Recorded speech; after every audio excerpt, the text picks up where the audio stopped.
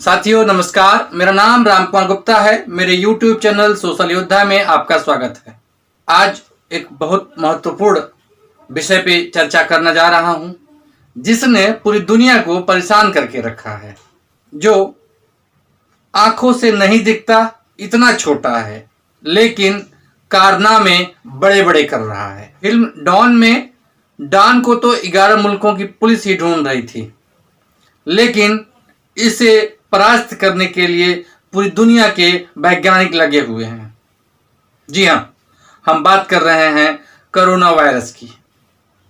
Corona virus कई प्रकार के विषाणुओं का एक समूह है, जो स्तनधारियों और पक्षियों तथा पशुओं में रोग उत्पन्न करते हैं।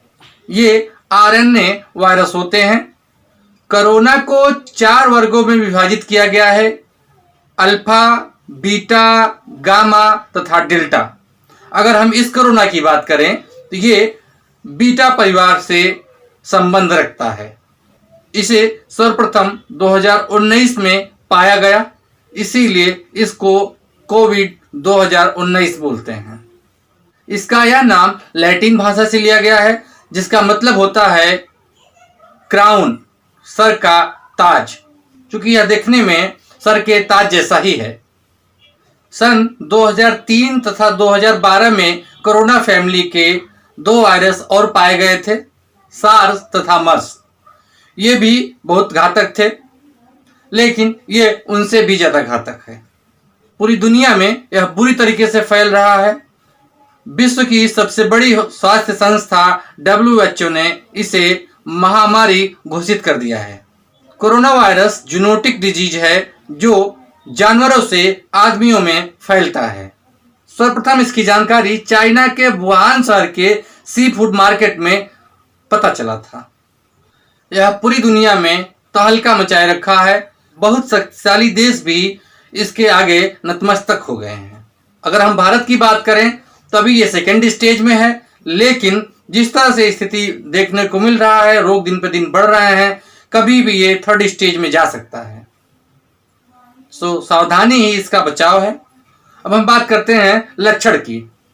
खांसी है, जुखाम है, सांस लेने में कठिनाई होती है, और यह कभी कभी इतना बढ़ जाता है कि आदमी को वेंटिलेटर पे ले जाना पड़ता है। और बुरा उसके साथ है जिसकी इम्यूनिटी कमजोर है या जिसके साथ पहले से कोई रोग है। ऐसे रोगी जिनकी इम्यूनिटी कमजोर है, उनको बचने के चांसेस कम होते हैं। जिसकी इम्यूनिटी अच्छी है, उसके बचने के चांसेस ज़्यादा हैं। अब हम बात करेंगे फैलाव की। ये अपना प्रचार प्रसार कैसे करता है। कोरोना एक इन्फेक्शियस एजेंट है, जो एक जीव से दूसरे जीव में फैलता है। यह स्वयं फैलने में नाकाम होता है। यह एक व्यक्ति के सेल के द्वारा दूसरे व्यक्ति में जाता है। अगर इस चेन को तोड़ दिया जाए तो इसे आसान होगा रोकना। इसी चेन को रोकने के लिए पूरी दुनिया ने लॉकडाउन किया था और बहुत हद तक सफल भी हुए थे। पूरी दुनिया में 50 से अधिक रोग हैं जो वायरस के कारण होते हैं। यह मनुष्य द्वारा छींकने से या खांसने से जो बूंदें बाहर आती हैं, इसी के माध्यम से ये एक व्यक्ति से दूसरे व्यक्ति में फैलते हैं। एक स्टडी में यह पाया गया है कि यह एयरबॉर्न भी है, मतलब अगर हवा में यह रह जाए तो काफी देर तक हवा में रुका रहता है। इसका सबसे ज्यादा संक्रमण बंद कमरे या ऐसे कमरे जिसमें वेंटिलेशन का अभाव है, मार्केट हो गया, भीड़ भाड़ वाली जगह हो गया, ऐसे जगह ये तेजी से फैलता है। ओपन एरिया या जहां डायरेक्ट सनलाइट पड़ रही है, ऐसे जगह फैलने के चांसेस कम होते हैं। अब हम बात करेंगे जांच की कि इसका पता कैसे लगाया जा सकता है कि इस वायरस से आदमी पॉजिटिव है या नेगेटिव।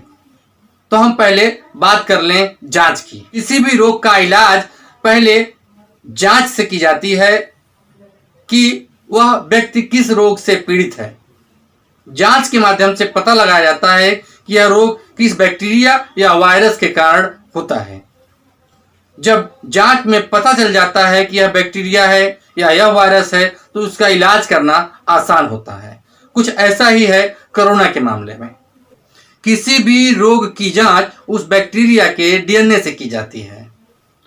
जब कोई बैक्टीरिया या वायरस सामने आता है तो वैज्ञानिक लोग उसका एक फोटो सैंपल पूरी दुनिया में सबको भेज देते हैं। उसी फोटो सैंपल के माध्यम से पैथोलॉजी में मैच कराते हैं कि यह कौन सा बैक्टीरिया है और संक्रमण को पकड़ना आसान होता है तथा इलाज करना भी आसान होता है। लेकिन कोरोना के मामले में ऐसा नहीं है। क्योंकि कोरोना आरएनए वायरस है तो इसमें डीएनए होता ही नहीं है। तो इसकी जांच के लिए हम एक नए विधि का उपयोग करते हैं जिसको बोलते हैं आरटीपीसीआर, मतलब reverse transcription polymerase chain reaction. Coronavirus का स्ट्रक्चर देखिए तो इसके ऊपर स्पाइक प्रोटीन लगे होते हैं। यह इसी की सहायता से किसी सतह पे चिपकता है।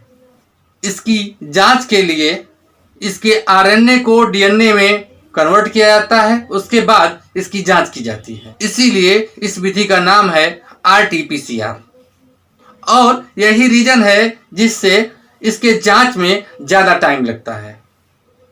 हम बाहर बैठ के यही सोच रहे होते हैं कि इस जांच में इतना टाइम क्यों लग रहा है, लेकिन वास्तविकता कुछ और है। यह विधि ही ऐसी है जिसके जांच में टाइम ज़्यादा लगता ही है।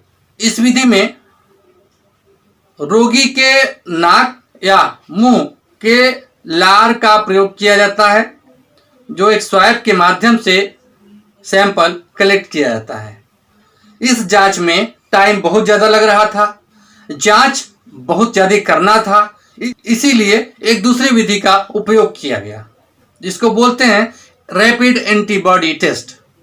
इस विधि में जांच उसके ब्लड से की जाती है, क्योंकि जब कोई व्यक्ति कोरोना पॉजिटिव होता है तो उसके शरीर में हलचल होती है, मतलब उसका एंटीबॉडी वायरस से लड़ रहा होता है। ऐसे में ज़्यादा से ज़्यादा एंटीबॉडी प्रोड्यूस करता है हमारा शरीर, और यह जांच इसी सिद्धांत पे है। यह आपके बॉडी में एंटीबॉडी का ही पता लगाता है कि क्या आपके शरीर में एंटीबॉडी ज़्यादा बन रहे हैं। अगर आपके शरीर में एंटीबॉडी ज़्यादा बन रहे हैं इसका मतलब आप पॉजिटिव हैं। और इस विधि में लगभग 10 मिनट में रिजल्ट सामने आता है। जल्दी तो करता है, लेकिन इस विधि का कुछ नुकसान भी है। नंबर 1, अगर कोई व्यक्ति कोरोना पॉजिटिव हुआ है और आज ही उसका टेस्ट करेंगे तो इसमें नहीं आएगा। उसका रीजन है कि जब भी कोई व्यक्ति कोरोना पॉजिटिव होता है तो 3 से 4 दिन लगते हैं उसके शरीर में एंटीबॉडी बनने में। ऐसे में यह विधि यहाँ फेल हो जाती है। दूसरा, अगर कोई व्यक्ति कोरोना पॉजिटिव है, इलाज के बाद वो ठीक हो गया, उसके तुरंत बाद भी अगर हम जांच करेंगे तब भी वह आदमी पॉजिटिव आएगा, क्योंकि ठीक होने के 1 हफ्ते बाद तक हमारा शरीर एंटीबॉडी बनाता रहता है। तो यह विधि यहाँ पे भी फेल हो जाती है। तो अब एक नई विधि का प्रयोग किया गया जिसको बोलते हैं ट्रूनाट। इस विधि में सीधा आरएनए की ही जांच की जाती है। इसमें टाइम कम लगता है, लेकिन ये प्राथमिक स्तर पे है। अगर इसमें रिजल्ट नेगेटिव आ गया तो बाद में नेगेटिव है, लेकिन अगर पॉजिटिव आ गया तो एक बार पुनः उसकी जांच फिर करते हैं। इसमें भी सैंपल कलेक्शन के लिए वही स्वैब वाला विधि ही अपनाते हैं। मुंह से या नाक से सैंपल कलेक्ट किया जाता है। तो आज के लिए बस इतना ही। आज हमने जाना कि कोरोना क्या है, कोरोना में लक्षण क्या होते हैं और कोरोना के जांच की विधि क्या है। अगले वीडियो में हम जानेंगे कोरोना का उपचार क्या है, कोरोना से बचने के में परहेज क्या करना है तथा और भी बहुत कुछ। अगर ये वीडियो आप YouTube पे देख रहे हैं तो चैनल को सब्सक्राइब करें, बेल आइकन को दबाएं जिससे हमारी आने वाली वीडियो आपको मिलती रहें। अगर ये वीडियो आप Facebook पे देख रहे हैं तो हमारे पेज को लाइक करें तथा वीडियो को ज़्यादा से ज़्यादा शेयर करें जिससे यह और लोग भी इसका लाभ ले सकें। तब तक के लिए नमस्कार।